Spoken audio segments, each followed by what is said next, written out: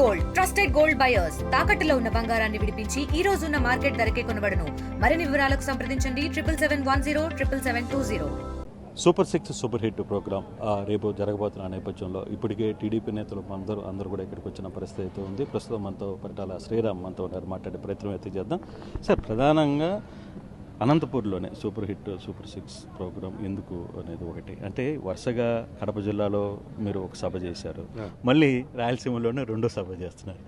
Target ఓరియంటెడ్గా Rayalaseema మీద మీ దృష్టి పెట్టారా? పూర్తి స్థాయిలో రాయలసీమ మీ చేతిలో తీసుకోవాలనే ప్రయత్నంలో భాగంగానే ఇది చేశారా? ఈరోజు కొత్తగా రాయలసీమని చేతుల్లో తీసుకోవాల్సిన అవసరం అనేది లేదని అనుకుంటున్నామన్నా. ఎందుకంటే రాయలసీమలో మొన్న ఎలక్షన్లతో ప్రజలు అనేది ఒక క్లియర్ మ్యాండేట్ అనేది వర్డిక్ట్ అనేది ఇచ్చేశారు వాళ్ళు.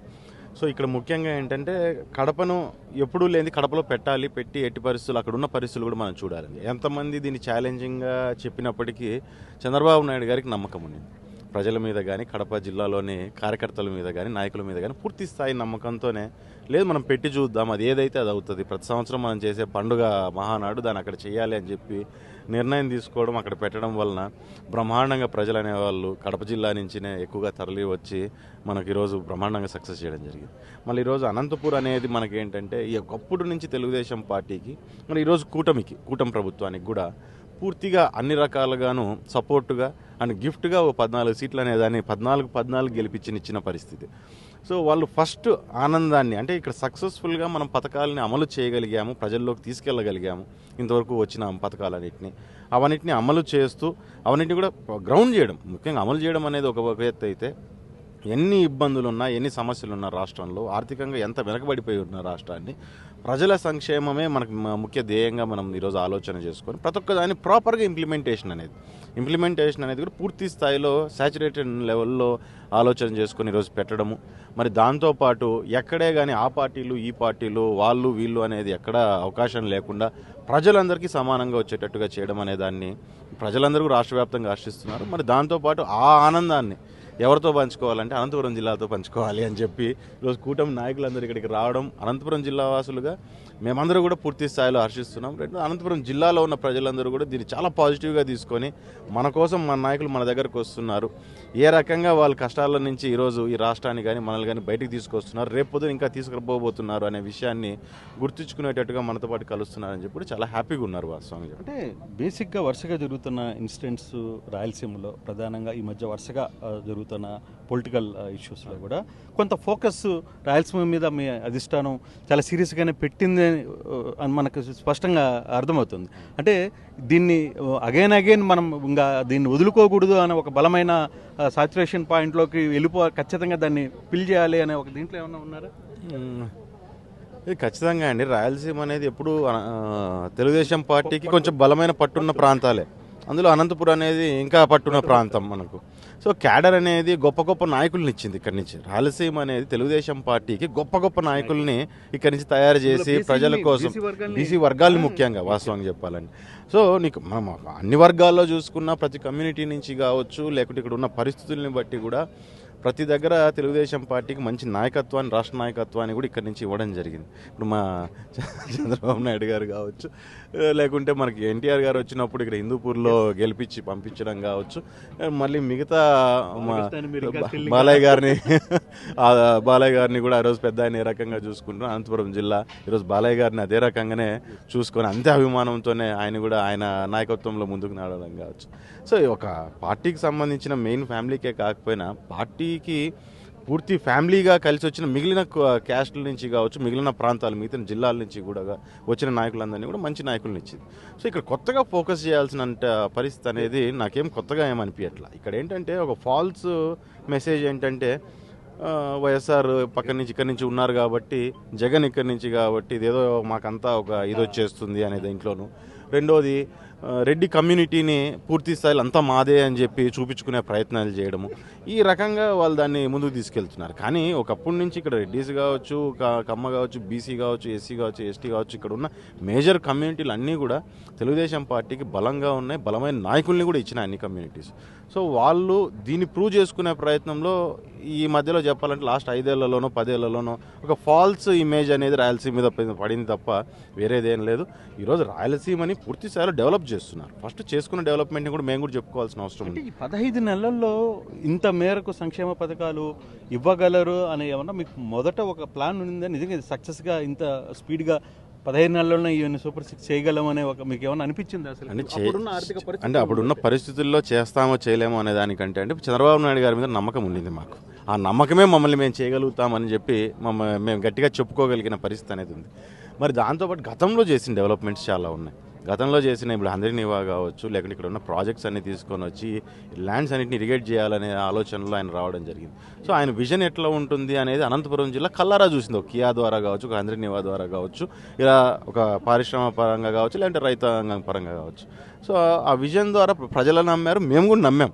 అండ్ ఆయన మా నమ్మకాన్ని ఎక్కడ ఒమ్ము చేయకోకుండా ఖచ్చితంగా అవన్నింటిని ఇంప్లిమెంట్ చేసి చూపించారు. ప్లస్ డెవలప్మెంట్స్తో కూడా ముందుకు వస్తున్నారు. అంటే ఇప్పుడు ధర్మవరం ప్రధానంగా గతంలో మీరు ధర్మవరం ప్రజలకి ఒక హామీ ఇచ్చారు. అంటే మీ తరఫున పరిటాల శ్రీరామ్ తరఫున ఒక హామీ ఇచ్చారు. ఎందుకంటే అక్కడ బీజేపీ ఉన్నా మీ అక్కడున్న ప్రాంతవాసులకి అక్కడున్న స్థానికంగా జరిగిన భూ కబ్జాలు ఇతర విషయాలు వీటన్నిటిలో కూడా సో తిరిగి ఏమన్నా వాళ్ళకి ఇప్పించగలిగిన పరిస్థితి ఉంది? లేదు నిజంగానే ఆక్రమణలు జరిగాయని 15 దినాల్లో మీరు ఏమైనా ఐడెంటిఫై చేయగలిగారా?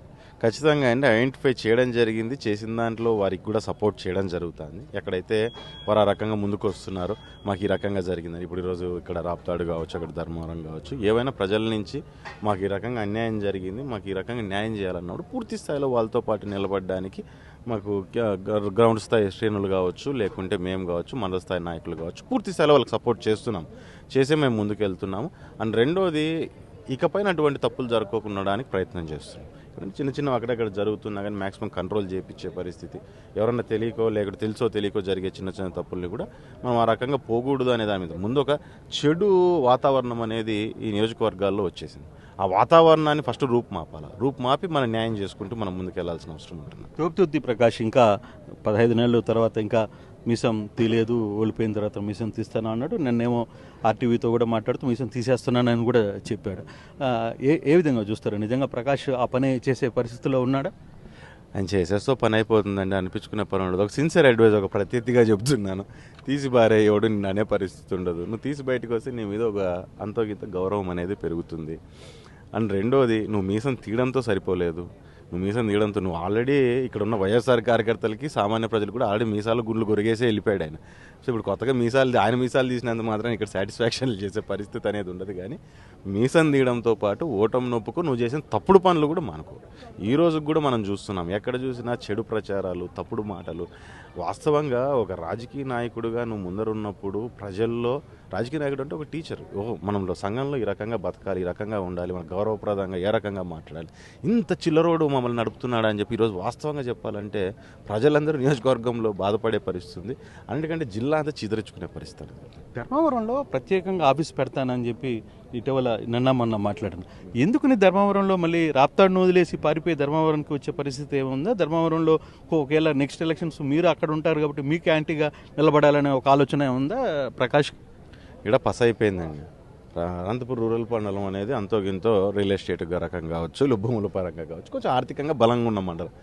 అక్కడ మళ్ళీ ధర్మారం అట్లాంటిది. ఇక్కడ పస అయిపోయింది, ఇక్కడ ఎవరు రానిచ్చేవాడు లేడు కాబట్టి పరిగెత్తుకొని ధర్మారం వస్తే ఆడేమైనా కాసులు రాలుతాయనే ఆలోచన ఉందేమో. కానీ ధర్మారంలోకి ఆ రకంగా వస్తే ధర్మారం ప్రజలు సాధించరు. రెండోది ఆ రకంగా నువ్వు ఇక్కడ చేసినట్టు అక్కడ చేయాలనుకుంటే అక్కడ తొక్కి వారేస్తాం పట్టుకుని, మేము కూడా వదిలే పరిస్థితి. 2029కి శ్రీరామ్ అధ్యక్ష అనబోతున్నాడా ఖచ్చితంగా అసెంబ్లీలో? అది మనం చూద్దామండి. మనకు ముందున్న ఫ్యూచర్ మనం ఈరోజు అనేది కాదు, మన కష్టం ఈరోజు అధ్యక్ష అన్న అనకపోయినా ఈరోజు ప్రజల కోసం మనం ఉండాల్సిందే, ప్రజల కోసం చేయాలనే ఆలోచనతో ఈరోజు ప్రజల్లోకి వచ్చాం కాబట్టి మనకు మెయిన్ మోటో మనకు సర్వ్ అవుతుంది, పర్పస్ సర్వ్ అవుతున్నప్పుడు అనేదానికి ఒకరోజు ముందు కావచ్చు, ఒక రోజు తర్వాత కావచ్చు, దాని గురించి మనం ఇది కాదు. కానీ ఈరోజు ఉండి మనం చేస్తున్నాము. ఈరోజు మాకు ధర్మవరంలో చూస్తే మినిస్టర్ గారు సహాయంతో కూడా సహకారంతో కూడా మేము పూర్తి స్థాయిలో అభివృద్ధి కార్యక్రమాలు కావచ్చు, లేకుంటే ఎవరికైనా న్యాయం చేసే పరిస్థితి ఉన్నా కానీ సత్యకుమార్ గారి సారథ్యంలో, ఆయన నాయకత్వంలోనూ ముందుకెళ్తున్నాం, ఆయన సహకారంతోనూ ముందుకెళ్తున్నాం. సో ఆ రకంగా మేము ఏదన్నా సరే మంచి చేసుకుంటూ మేము ముందుకు వెళ్ళే పరిస్థితులు అనేటివి పూర్తి స్థాయి ఫ్రీ హ్యాండ్ ఉంది. సో మాకు ఆయన ఖచ్చితంగా మాకు ఆ డిఫరెన్సెస్ అనేవి మాకు లేనప్పుడు నాకు పెద్దగా డిఫరెన్స్ అనేది కనపడట్లేదు. అంటే 2 నియోజకవర్గాలు రాప్తాడు ధర్మవరంలో ఈసారి ఎక్కడో ఒక దగ్గర నుంచి అయితే ఛాన్స్ ఉంది. చూద్దామండి దానికి. శ్రీరామ్ చాలా క్లియర్గా అయితే చెప్తున్నారు. అయితే అనంతపూర్ కావచ్చు, రాయలసీమ కావచ్చు, టీడీపీకి ఎప్పటి నుంచో బలమైన ప్రాంతం ఇది.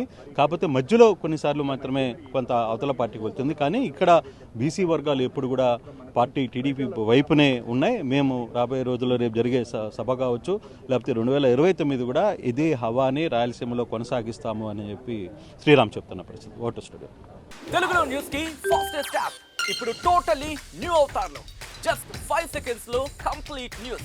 సోషల్ మీడియాలో ట్రెండ్స్ కి one stop solution. Live TV app voice search option తో ఇప్పుడే డౌన్లోడ్ చేయండి లేదా అప్డేట్ అయిపోండి. యాప్ లింక్ డిస్క్రిప్షన్ లో ఉంది.